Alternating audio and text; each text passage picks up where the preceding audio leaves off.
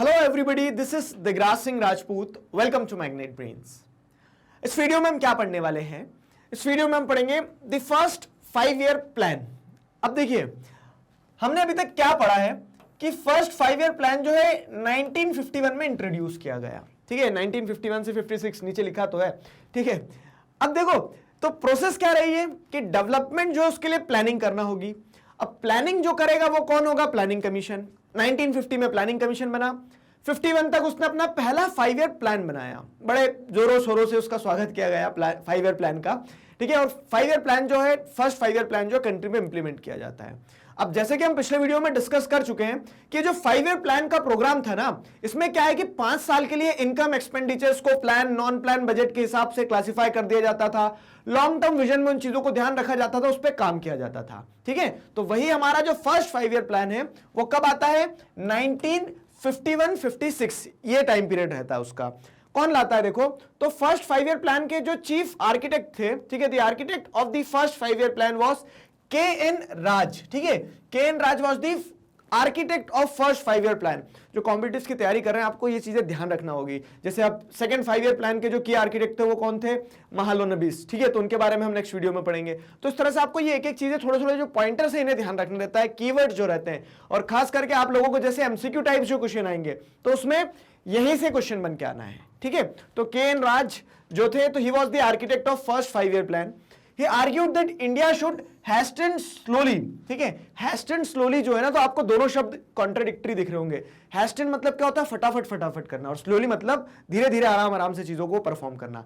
तो अब यहां पे दोनों शब्द का एक साथ इस्तेमाल किया है के.एन. राज ने अपने फर्स्ट 5 ईयर प्लान को एक्सप्लेन करते हुए। ठीक है, तो what did he argued? He argued that India should hasten slowly, मतलब दोनों लेकिन धीरे। समझ पा रहे हो? देखो ये जो स्टेटमेंट है ना, इस स्टेटमेंट में बहुत गहराई है। गहराई क्या है? दो मगर धीरे। दो मगर धीरे मतलब क्या है कि इंडिया को आगे बढ़ना होगा फटाफट, लेकिन वो फटाफट आगे बढ़ना होगा धीरे धीरे। फटाफट आगे बढ़ना होगा धीरे धीरे, ऐसे कैसे हो सकता है? मतलब यहां पे धीरे का मतलब ये है बहुत कॉशियसली, ठीक है, बहुत डेलिकेटेड वे में आगे बढ़ना होगा। तो उन्होंने इस चीज को एक्सप्लेन किया, कारण बताया। कारण क्या है कि देखो, हमने पार्टीशन सारी चीजों से बाहर निकल के आए हम। ऐसा नहीं कि हमारे पास में इकोनॉमिक रिसोर्सेज बहुत ज्यादा थे, लेवल ऑफ डेवलपमेंट कम था, इलिटरेसी ज्यादा थी। ठीक है, और फिर क्या है, तूफानी करते हुए डेमोक्रेटिक सेटअप था। इन सारी चीजों में क्या है, इन सारी चीजों में आपको जो भी करना है वो तेजी से करना है। तेजी से इसलिए करना है क्योंकि लोगों की एस्पिरेशंस बहुत ज्यादा है डेमोक्रेसी से। ठीक है, डिक्टेटरशिप होती तो किसी की कोई एस्पिरेशन नहीं, तो लोगों को पता है कि जिंदा है उतना ही काफी है। लेकिन डेमोक्रेटिक सेटअप था ना, तो लोगों की एस्पिरेशंस बहुत ज्यादा। दूसरी चीज क्या है? एस्पिरेशन बहुत ज्यादा है, और उसमें अगर आप कुछ गलत करते हो तो वो रिटेलिएशन या फिर बैकलैशेस जो आएंगे ना, वो भी उतने ही ज्यादा रहेंगे। तो इस केस में फर्स्ट 5 ईयर प्लान का जो क्रक्स है उसको एक्सप्लेन करते हुए जो चीफ आर्किटेक्ट थे के.एन. राज, उन्होंने यही बोला कि he argued that India should hasten slowly for the first 2 decades as fast rate of development might endanger democracy। और क्या है, बहुत तेजी से अगर आप डेवलपमेंट करोगे ना, वो भी घातक हो सकता है। कैसे घातक हो सकता है वो एक्सप्लेन करता हूं। इन्होंने कहा कि बहुत तेजी से जब डेवलपमेंट होगा तो उससे इकोनॉमिक डिस्पैरिटी बढ़ेगी, इनइक्वालिटीज बढ़ेगी। वो इनइक्वालिटीज के चलते क्या होगा, जो वर्ल्ड वाइड उस समय पे माहौल था क्या कि रेवोल्यूशंस जो चल रहे थे, आप कह सकते हो कि जो लेफ्ट विंग आइडियोलॉजीज थी, कम्युनिस्ट पार्टीज जो थी, कोल्ड वॉर का टाइम पीरियड था, तो उसके चलते उनका ये इंटरप्रिटेशन था कि अगर ज्यादा तेज इकोनॉमिक डेवलपमेंट होगा, ज्यादा तेज इकोनॉमिक ग्रोथ होगी तो उससे गैप बढ़ेगी, और वो गैप क्या है, डेमोक्रेसी के लिए घातक हो सकती है, रेवोल्यूशंस के लिए फर्टाइल ब्रीडिंग ग्राउंड बन सकती है। ठीक है, और उन्होंने ये बोला कि हमारा जो फर्स्ट 5 ईयर प्लान है इस पे फोकस यही करना है कि we are required to break the cycle of poverty. Cycle of poverty मतलब क्या है? यहां पे साइकिल ऑफ पॉवर्टी को तोड़ने की बात करते हैं वो फर्स्ट 5 ईयर प्लान में, कि जिस तरह से हम देख रहे हैं क्या है कि गरीब है, ठीक है, अब वो गरीब है तो गरीब ही रहेगा। गरीब है तो गरीब क्यों रहेगा? क्योंकि उसके पास सोर्स ऑफ इनकम नहीं है। सोर्स ऑफ इनकम नहीं है तो उस कारण से क्या है, वो जो पॉवर्टी है वो मतलब इवनली डिस्ट्रीब्यूटेड रहेगी अपकमिंग जनरेशन के ऊपर। ठीक है, तो वहां पे सोर्स ऑफ इनकम को इंक्रीज करने की बात करते हैं, वो इस साइकिल ऑफ पॉवर्टी को तोड़ने की बात करते हैं। ठीक है, साइकिल ऑफ पॉवर्टी को तोड़ने की बात करते हैं। आगे समझ में? तो इन सारी चीजों की बात करी फर्स्ट 5 ईयर प्लान में। अब जैसे देखें तो जो डिबेट्स है, मैंने बताया ना जो क्वेश्चंस थे कि हाँ डिसीजन लेना है डेवलपमेंट के लिए, डेवलपमेंट के मल्टीपल डायमेंशंस है, उसमें डिफरेंसेस भी होंगे, लेकिन जो डिसीजन लेना है हम उस पर तय होगा गवर्नमेंट लेगी, लेकिन गवर्नमेंट इंडस्ट्रीज पे फोकस करे, एग्रीकल्चर सेक्टर पे फोकस करे। तो जो फर्स्ट 5 ईयर प्लान है ना उसमें एग्रीकल्चरल डेवलपमेंट पे ज्यादा फोकस किया गया। क्यों? क्योंकि आप देखेंगे तो उस टाइम पीरियड में लगभग 80% of the population was living in rural area, was directly और indirectly engaged in agriculture sector. अब उस समय पे आपको जो साइकिल ऑफ पॉवर्टी को तोड़ने की बात कर रहे हो आप, ठीक है, एक साथ सबका सोशल और इकोनॉमिक जस्टिस को लाने की बात कर रहे हो, रीडिस्ट्रीब्यूशन रिसोर्सेज का हो, तो उन सारी चीजों को ध्यान में रखते हुए फोकस किस चीज पे किया गया? फर्स्ट 5 ईयर प्लान में फोकस इस चीज पे किया गया कि ज्यादा से ज्यादा क्या है, एग्रीरियन सेक्टर जो है उसका अपलिफ्टमेंट हो। क्योंकि आप एग्रीकल्चर सेक्टर को अपलिफ्ट करने की कोशिश करोगे तो आप सोसाइटी के एक मेजर चंक को अपलिफ्ट कर दे रहे हो, ठीक है। तो addressed mainly the first 5 year plan addressed mainly the agrarian sector including investment in dams and irrigation. तो डैम्स और इरिगेशन जो है इस पे एक्सटेंसिवली खर्च किया गया। जैसे आप बड़े बड़े प्रोजेक्ट्स देखेंगे, भाखड़ा नंगल डैम वगैरह जो है, तो इनकी फाउंडेशंस फर्स्ट 5 ईयर प्लान में ही ले डाउन कर दी गई थी। अभी पता है क्रिटिक्स जो है तो वो कहते हैं कि 5 ईयर प्लान्स वर दी फेलियर, ठीक है, और ये 5 ईयर प्लान से ज्यादा कुछ अचीव नहीं हुआ। लेकिन लास्ट में जब हम टॉपिक पढ़ेंगे मेजर आउटकम्स वाला, तो उसमें आप चीजें कनेक्ट कर पाओगे कि आज जो इकोनॉमिक ग्रोथ हो रही है, आज हम कह रहे हैं कि हाँ हमें वो लिबरलाइज पहले ही कर देना चाहिए था सारी चीजें, तो देखो हर चीज अपने समय के हिसाब से सही होती है। उस टाइम पीरियड में जो एक्शंस लिए गए, उस टाइम पीरियड में जो प्लानिंग डेवलपमेंट की अप्रोच अडॉप्ट की गई थी, वो that was the need of the hour. आज जो आप देख रहे हैं तो वो आज के समय की जरूरत है, ठीक है। तो उस तरह से क्या है कि जो शुरुआती 5 ईयर प्लान रहा, फर्स्ट 5 ईयर प्लान जो रहा, उसमें फोकस किस चीज पे किया गया? एग्रीकल्चरल सेक्टर पे, एग्रीरियन सेक्टर पे बहुत ज्यादा फोकस किया गया, हैवी इन्वेस्टमेंट किया गया डैम्स में, इरिगेशंस में। Agriculture sector was hit hardest by partition and needed urgent attention, ठीक है। अब एग्रीकल्चर सेक्टर जो पार्टीशन के चलते इसने बहुत ज्यादा सफर किया।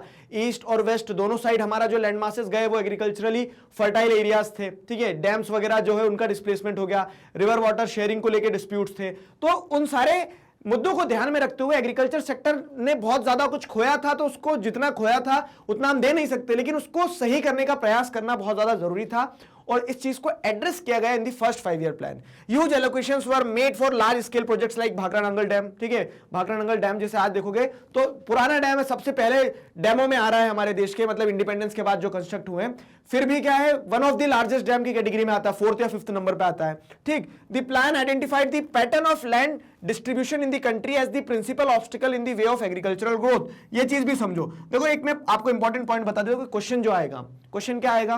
क्वेश्चन इसी तरह से जैसे अगर हम समझते हैं तो जो डिस्क्रिप्टिव अगर क्वेश्चन बनता है यहाँ पे, तो यही बनता है कि right a short note on the first 5 year plan. तो फर्स्ट 5 ईयर प्लान के बारे में आपको जानकारी होना चाहिए, ठीक है। तो फर्स्ट 5 ईयर प्लान क्या है, कैसे है, वो कहानी कनेक्ट कर पा रहे हो आप कि first 5 year plan agriculture sector पे फोकस करते हुए था। क्या क्या इनिशिएटिव्स है वो, आर्किटेक्ट वगैरह जो थे उनके, तो KN राज के बारे में आप लिख सकते हो ये सारी चीजें। फिर उसके बाद देखेंगे तो फर्स्ट 5 ईयर प्लान में आइडेंटिफाई किया गया कि देश वो जो साइकिल ऑफ पॉवर्टी में फंसा हुआ है ना, वो इस कारण से फंसा हुआ है क्योंकि जो डिस्ट्रीब्यूशन पैटर्न है लैंड का वो बहुत ज्यादा दुखदाई है, ठीक है। तो the plan identified the pattern of land distribution in the country as the principal obstacle in the way of agricultural growth. Agriculture sector में ग्रोथ क्यों नहीं हो पा रही है कि कुछ लोगों के पास जमीन ही नहीं है, कुछ लोगों के पास जमीन इतनी है कि उन्हें पता ही नहीं कितनी जमीन है। तो वो जो pattern of distribution of land था ना, it was responsible for the obstacle in the agricultural growth. तो उसी को ध्यान में रखते हुए it focused on the land reform as the key to country's development. तो फर्स्ट 5 ईयर प्लान ने किस चीज पे फोकस किया? लैंड रिफॉर्म लाया जाए, ठीक है। लैंड रिफॉर्म लाया जाए मतलब कि जमीन का जो पैटर्न अनइवनली डिस्ट्रीब्यूटेड है, तो बड़े बड़े जमींदारों से क्या किया जाए, जमीनें ली जाए, छोटे छोटे जो लैंडलेस लेबरर्स है उन्हें दिया जाए। तो land ceiling, collectivisation, consolidation of land, land reforms, ठीक, इन सारी चीजों पे फोकस किया। लैंड रिफॉर्म मतलब क्या है कि जमीन जो है तो अनइवन डिस्ट्रीब्यूशन जो था ना उसको सही किया जाए, हद से ज्यादा जिसके पास जमीन है वो जमींदारों से जमीन लेके लैंडलेस लेबरर्स को जमीन दी जाए। इन सारी चीजों पे फोकस किया गया फर्स्ट 5 ईयर प्लान पे। So we can say one of the basic aim of planning was to raise the level of national income.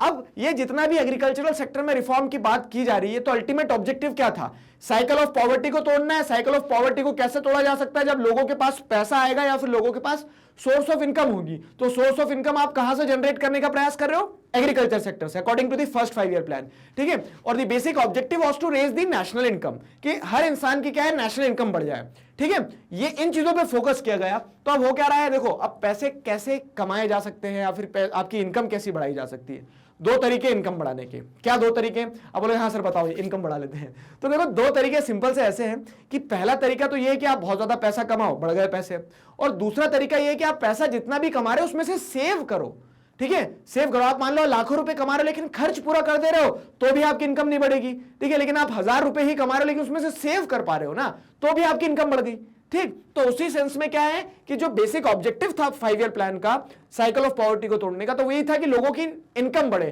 ठीक है। लोगों की इनकम बढ़ेगी, देश की इनकम बढ़ेगी। और वो कैसे किया जा सकता है? Which could be possible only if people saved more money than they spent, ठीक है। मतलब लोग उतना पैसा सेव करें जितना वो खर्च कर रहे हैं उससे कम, मतलब उससे ज्यादा, ठीक है। जितना पैसा लोग खर्च कर रहे हैं उससे ज्यादा क्या करें, वो सेव करें। अब देखो यहां चैलेंजेस थे, यहां चैलेंजेस थे। क्या चैलेंजेस थे?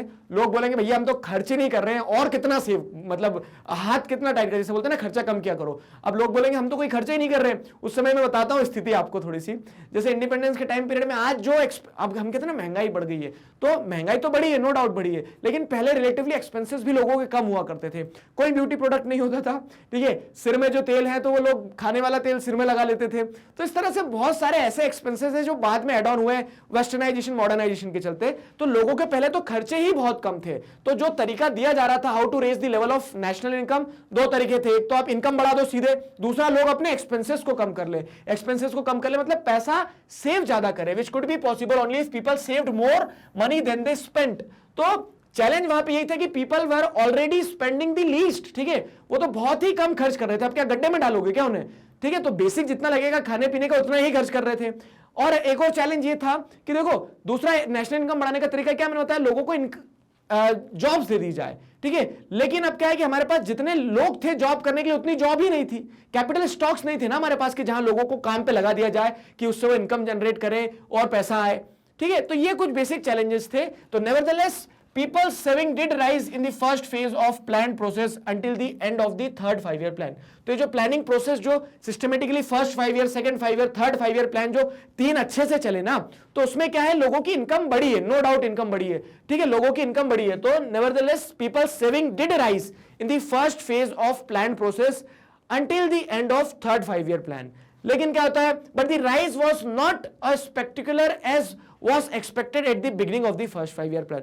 लेकिन जो फर्स्ट 5 ईयर प्लान में जिस एंथुसियाज्म के साथ में स्टार्ट किया था, सोचा था बहुत भयंकर राइज होगा इनकम में, लोगों की सेविंग्स बढ़ेगी, वो उतना अचीव नहीं कर पाए। लेकिन यस वी अचीव्ड समथिंग, मतलब कि जो जिस लेवल से हमने स्टार्ट किया था ना उससे हम बेहतर हुए।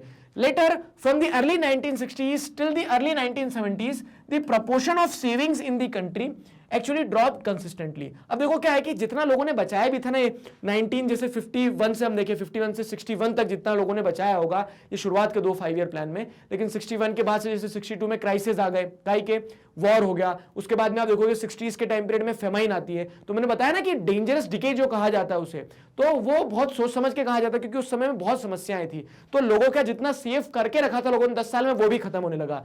तो later from 1960s till the early 70s the proportion of saving in the country actually dropped consistently। क्यों खत्म हो गया? क्योंकि समय खराब था। इनफैक्ट मैं आपको बताता हूं, ठीक है, हमारे प्राइम मिनिस्टर जो थे, हमारे प्राइम मिनिस्टर को ये स्लोगन देना पड़ा था, मतलब जय जवान जय किसान, तो उस कंटेक्स्ट में दिया था कि खाने की भी कमी, बॉर्डर पे भी एग्रेशन।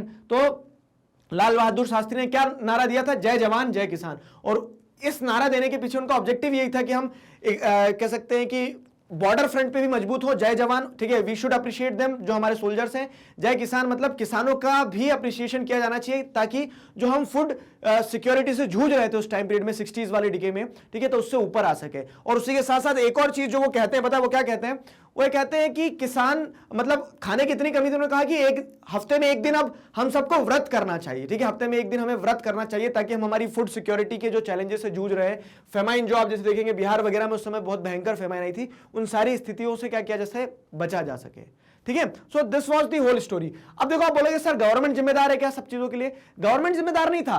फर्स्ट 5 ईयर प्लान जिसे अगर आप देखोगे तो सिस्टमेटिकली, मतलब खैर यहां तो मैं आपको बहुत बाहर ले गया इन द सेंस कि जो थर्ड 5 ईयर प्लान के बाद में सिचुएशंस बिगड़ रही थी उसके बारे में बताने लगा, प्लान हॉलिडे के बारे में। लेकिन जो क्वेश्चन यहां से निकल के आएगा, ये जो टॉपिक है वो क्या है कि फर्स्ट 5 ईयर प्लान क्या था, तो हमने फर्स्ट 5 ईयर प्लान के बारे में बताया आपको, उसके बेसिक ऑब्जेक्टिव्स बताए, बेसिक ऑब्जेक्टिव्स के साथ साथ में जो एक एम था कि लोगों की इनकम को बढ़ाया जाए, लेकिन उस इनकम को बढ़ाने में जो चैलेंजेस थे वो समझाया। लोगों की इनकम बढ़ी नहीं बढ़ी, तो बढ़ी थी, लेकिन जो डेंजरस डिके था हमारा 60 से 70s के टाइम पीरियड में, उसमें नुकसान हुआ। उसके चलते क्या है, जो सेविंग्स थी वो एक्चुअली क्या हो जाती है, ड्रॉप्ड, ठीक है, though savings dropped consistently. So this was the whole story about first 5 year plan. Second 5 year plan का जो टॉपिक है ना आपकी बुक में, किस नाम से, रैपिड इंडस्ट्रियलाइजेशन। तो गेस करो कि सेकंड 5 ईयर प्लान में किधर शिफ्ट कर गए हम, एग्रीकल्चर से इंडस्ट्री की तरफ। सेकंड 5 ईयर प्लान क्या था, उसे नेक्स्ट वीडियो में हम क्या करने वाले हैं, समझने वाले हैं। आशा करते हैं चीजें आपको यहां तक समझ में आई है। मैग्नेट ब्रेन्स पर इसी तरह से सभी सब्जेक्ट्स, चैप्टर्स, टॉपिक्स, सारा सब कुछ वीडियो लेक्चर्स के फॉर्मेट में अवेलेबल है। ये सारे वीडियो लेक्चर्स यूट्यूब चैनल पर हैं, ठीक है, और आप इन्हें वेबसाइट पर भी देख सकते हैं। क्या करना होगा, magnetbrains.com सर्च करना है, बहुत सिंपल, गूगल पर। उसके बाद में आपके सामने जो वेबसाइट खुलेगी, उस वेबसाइट को क्लिक करेंगे तो कुछ इस तरह का इंटरफेस आएगा। यहाँ पर सारे सब्जेक्ट्स होंगे, ठीक है, तो मतलब सारी क्लासेस होंगी। आप जिस भी क्लास में वो क्लास सेलेक्ट करो, आपके सामने सब्जेक्ट्स ओपन अप होंगे। आपको जो सब्जेक्ट पढ़ना है उस सब्जेक्ट को सेलेक्ट करेंगे आप जैसे ही, तो उस सब्जेक्ट के अंदर जितने चैप्टर हैं, टॉपिक है, सब टॉपिक है, सारा सब कुछ आएगा। फिर आप क्या करते हैं, जिस भी टॉपिक को सिलेक्ट करते हैं उस टॉपिक को देखो, सिलेबस कंप्लीट करो, बिल्कुल बेफिक्र रहो, घर पे आराम से सिलेबस कंप्लीट कर सकते हो। और ये सिर्फ क्लास 12th के लिए नहीं है, किंडरगार्टन से क्लास 12th तक के लिए सारा सब कुछ इसी तरह से अवेलेबल है। अपने जूनियर्स को जरूर बताइए मैग्नेट ब्रेन्स के बारे में। मिलते हैं नेक्स्ट वीडियो में, till then stay connected, keep learning. Thank you very much.